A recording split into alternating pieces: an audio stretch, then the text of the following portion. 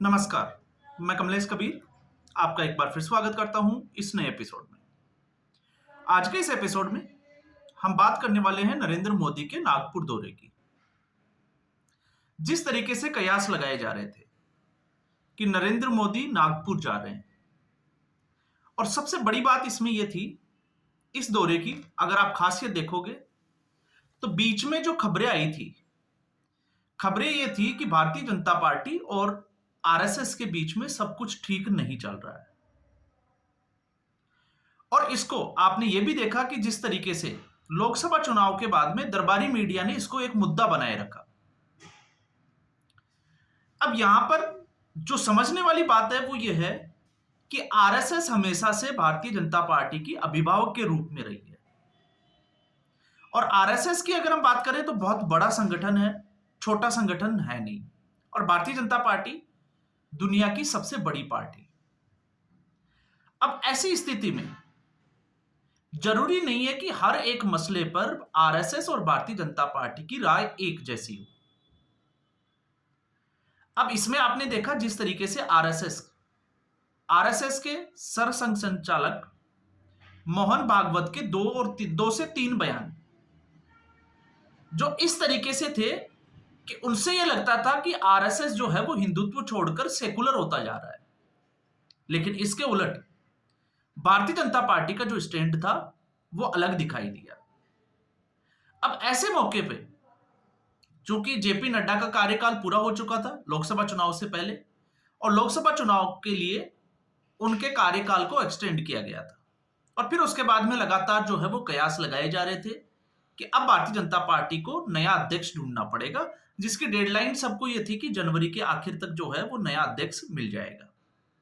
फिर खबर यह आई कि दिल्ली के विधानसभा चुनाव को देखते हुए कि शायद दिल्ली के विधानसभा चुनाव के बाद में इस तरीके का फैसला लिया जाएगा। अब ऐसी स्थिति में हमारा आकलन कहां पहुंचता है, तो अगर उस आकलन की हम समीक्षा करते हैं तो जो लोग लगातार इस बात को मुद्दा बनाए हुए थे कि मोहन भागवत और नरेंद्र मोदी के बीच में सब कुछ ठीक नहीं चल रहा है, एक्चुअल में वो एक एजेंडा था नरेंद्र मोदी, या हम कहें कि मोदी विरोध का एक एजेंडा, जिसको पूरे भारत में फैलाना।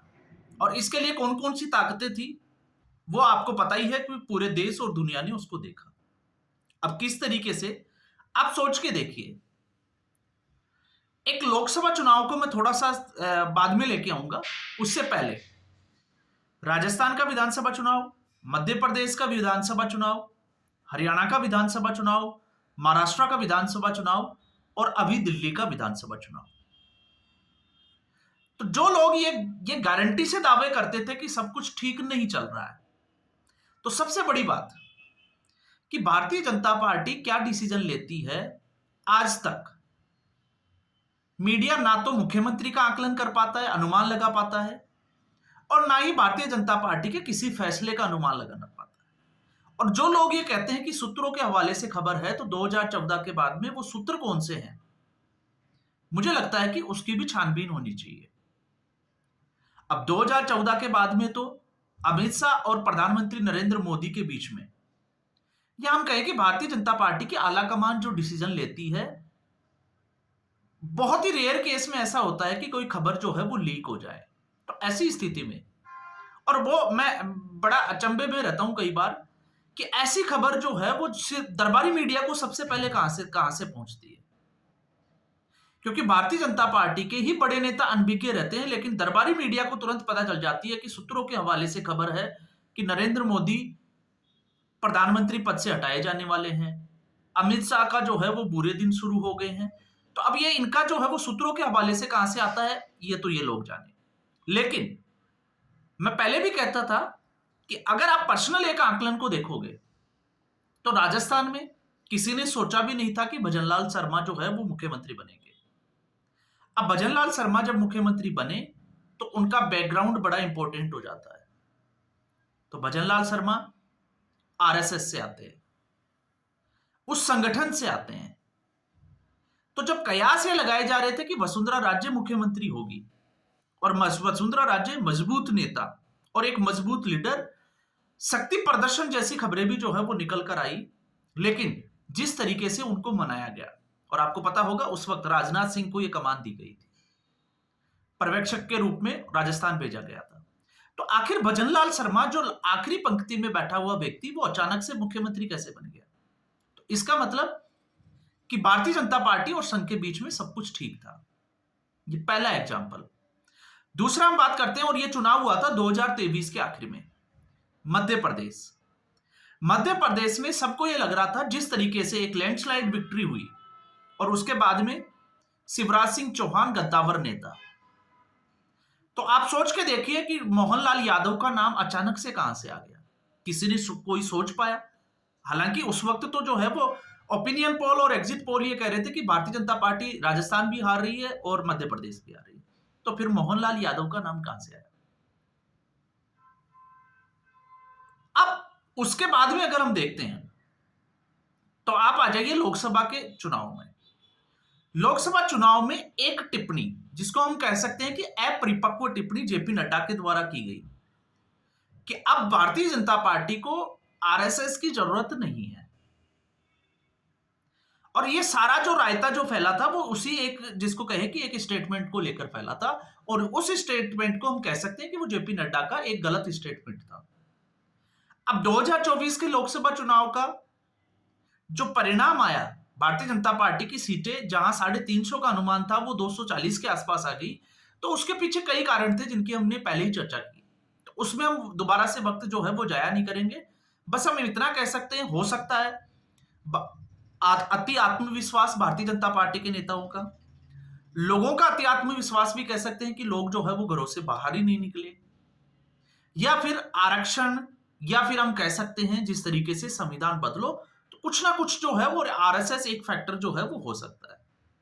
लेकिन उसके तुरंत बाद हम इस बात को नहीं भूल सकते, डिनाई नहीं कर सकते कि भारतीय जनता पार्टी अपनी गलतियों से सबक लेती है। दूसरी राजनीतिक पार्टियों को और भारतीय जनता पार्टी को अगर हम देखते हैं एक कॉन्टेस्ट में, तो भारतीय जनता पार्टी अपनी गलती से सबक बहुत जल्दी लेती है। और सबक यह था कि उसके बाद में आपको यह भी याद रखना होगा कि उत्तर प्रदेश में जहां लोकसभा की सीटें कम हुई भारतीय जनता पार्टी की, वहां पर जिस तरीके से योगी आदित्यनाथ और मोहन भागवत की लगातार मुलाकातें हुई, और फिर उसके बाद आगरा की रैली से आपको पता होगा बटोगे तो कटोगे, और उसका समर्थन जो है वो आरएसएस के द्वारा, मोहन भागवत के द्वारा दिया गया।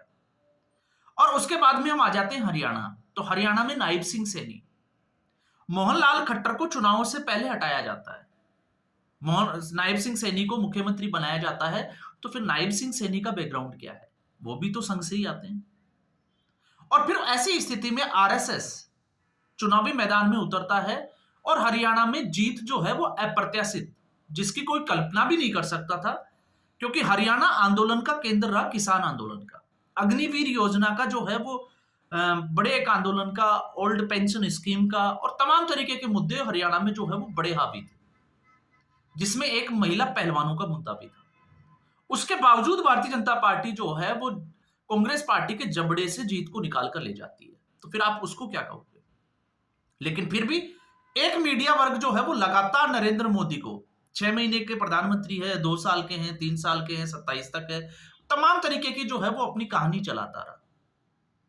और ये कहानी नहीं थी, ये सीधे तौर से जो है वो उनका फ्रस्ट्रेशन था। क्यों?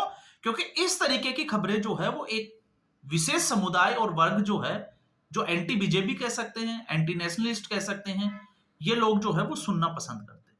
और महाराष्ट्र में तमाम दावों के बावजूद जिस तरीके से देवेंद्र फडणवीस, और आपको पता होगा देवेंद्र फडणवीस अगर वो भारतीय जनता पार्टी के महाराष्ट्र के मुख्यमंत्री नहीं होते, तो मुझे लगता है शायद संघ के जिस तरीके से वो करीब है,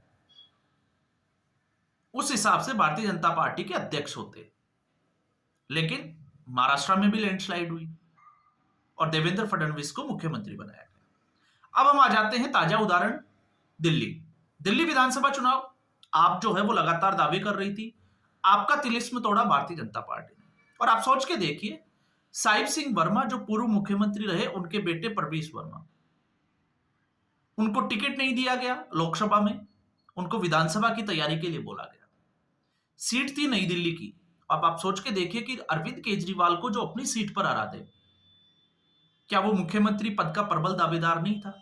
तो आप ये कहोगे कि बिल्कुल था। तो उसके बावजूद जो है वो रेखा गुप्ता का नाम सामने आना, तो रेखा गुप्ता का आप बैकग्राउंड देख लीजिए। तो फिर इनके ये जो दावे हैं ये यहां पे खारिज हो जाते हैं। कुछ मामलों में हम कह सकते हैं कि विचार नहीं मिलते हो, लेकिन उसके बाद जिस तरीके से कल जो प्रधानमंत्री नरेंद्र मोदी का नागपुर का दौरा था, जिसमें आपने देखा कि नितिन गडकरी मौजूद थे, देवेंद्र फडणवीस मौजूद थे और मोहन भागवत मौजूद थे। तो कहानी आपको ज्यादा घुमा के नहीं, आपको सिर्फ उस वीडियो को देखना है और उस वीडियो में जिस तरीके से मोहन भागवत और नरेंद्र मोदी जो है वो ठाके लगाते हुए नजर आते हैं, तो आप इस केमिस्ट्री को समझ सकते हैं। और आप ये भी अनुमान लगा सकते हैं, जो लोग सिर्फ नरेंद्र मोदी के विरोध में, मैं हमेशा जो है वो एक बात ये जरूर ऐड ऑन करता हूं कि जो लोग नरेंद्र मोदी को कटघरे में खड़ा करते हैं राजनीति में, उनको ये जरूर सोच लेना चाहिए कि 2001 के बाद में प्रधानमंत्री नरेंद्र मोदी क्या कोई चुनाव हारे, चाहे वो गुजरात की बात करें चाहे फिर केंद्र की बात करें, और नरेंद्र मोदी ही फैसला लेंगे कि उन्होंने प्रधानमंत्री पद से कब हटना है। जब तक उनकी इच्छा शक्ति है वो प्रधानमंत्री रहने वाले हैं, ये आपको समझना पड़ेगा। क्योंकि आप चाहे उनकी कुंडली में राजयोग की बात कर लीजिए या फिर उनके राजनीति के, तो मुझे लगता है कि नरेंद्र मोदी से बड़ा और अमित शाह से बड़ा इस देश में कोई राजनीतिज्ञ है ही नहीं, कोई चाणक्य है ही नहीं, चाहे वो कूटनीति के मामले में हो चाहे वो रणनीतिकार के मामले में हो। गुजरात आज तक कांग्रेस पार्टी 2001 में नरेंद्र मोदी को भेजा गया था और उसके बाद में कांग्रेस पार्टी आज तक सत्ता में नहीं है, तो आप उसको कैसे लेते हो? फिर उसके बाद 2014 में प्रधानमंत्री बने, तीसरा चुनाव वो लड़ चुके हैं और चौथे चुनाव की वो तैयारी कर रहे हैं। तो ये सीधे तौर पे जो है वो एक विशेष मीडिया वर्ग का जो है वो फैलाया हुआ झूठ का तंत्र था, एक एजेंडा था कि लोगों को किस तरीके से भ्रमित किया जाए कि आरएसएस और इसके बीच में सब कुछ ठीक नहीं चल रहा। मतभेद हो सकता है, नहीं भी हो सकते, क्योंकि जिस तरीके की राजनीति इस वक्त भारतीय जनता पार्टी की टॉप लीडरशिप में चल रही है, तो खबरें लीक होना बहुत मुश्किल है। लेकिन जिस तरीके से प्रधानमंत्री नरेंद्र मोदी ने भाषण दिया और उससे पहले सरसंघ संचालक मोहन भागवत का जो भाषण था और उसके बाद में उनका यह कहना कि आप लोग नरेंद्र मोदी प्रधानमंत्री को सुनने आए हैं, तो हम सब लोग उत्सुक हैं। और उसके बाद में इस देश में आरएसएस की जो क्या भूमिका रही सेवा भाव में, और जिस तरीके से उसका प्रेजेंटेशन प्रधानमंत्री नरेंद्र मोदी ने किया, तो उसके बाद में मुझे लगता है कि अब विराम लग जाना चाहिए, इस मीडिया वर्ग को भी लग जाना चाहिए। और साथ में जो लोग ये सोचते हैं कि 2029 में प्रधानमंत्री, तो आप मान के चलिए 2029 में भी प्रधानमंत्री पद का बड़ा चेहरा जो है वो प्रधानमंत्री नरेंद्र मोदी ही होंगे। अब इसके अलावा मैं जो है वो कोई कहानी में जाना नहीं चाहता, मैं सिर्फ एक आकलन की जो है जिसको एक सीमा है वहां तक मैं इसका आकलन कर रहा हूं। बाकी कल आप जो लोग जो है वो प्रधानमंत्री नरेंद्र मोदी का भाषण सुने, मोहन भागवत जी का भाषण सुने, और जिस तरीके से वो गए, उनका जो है वो स्वागत हुआ, ये आप जरूर कह सकते हो कि जिस तरीके से अटल बिहारी वाजपेयी भी थर्ड टर्म में जो है वो नागपुर गए थे और प्रधानमंत्री नरेंद्र मोदी भी, और कुछ हम ये भी कह सकते हैं कि पिछले 11 साल में ये तीसरी मुलाकात थी, तीसरा मौका था जब मोहन भागवत से नरेंद्र मोदी की मुलाकात हुई। अब आप बिजी शेड्यूल कहिए या कैसे भी कहिए, बाकी जो है वो पूरा एक भ्रम का जो जाल तंत्र था, ये सिर्फ और सिर्फ जो है वो उसी का हिस्सा था, जिसके ऊपर मुझे लगता है प्रधानमंत्री नरेंद्र मोदी ने नागपुर जाकर जो है वो विराम लगा दिया, सबके मुंह पर जो है वो टेप लगा दी। तो आज के एपिसोड में बस इतना ही। उम्मीद करूंगा ये वीडियो एपिसोड आपको अच्छा लगा होगा। वीडियो को लाइक करें, शेयर करें, चैनल जरूर सब्सक्राइब करें। धन्यवाद।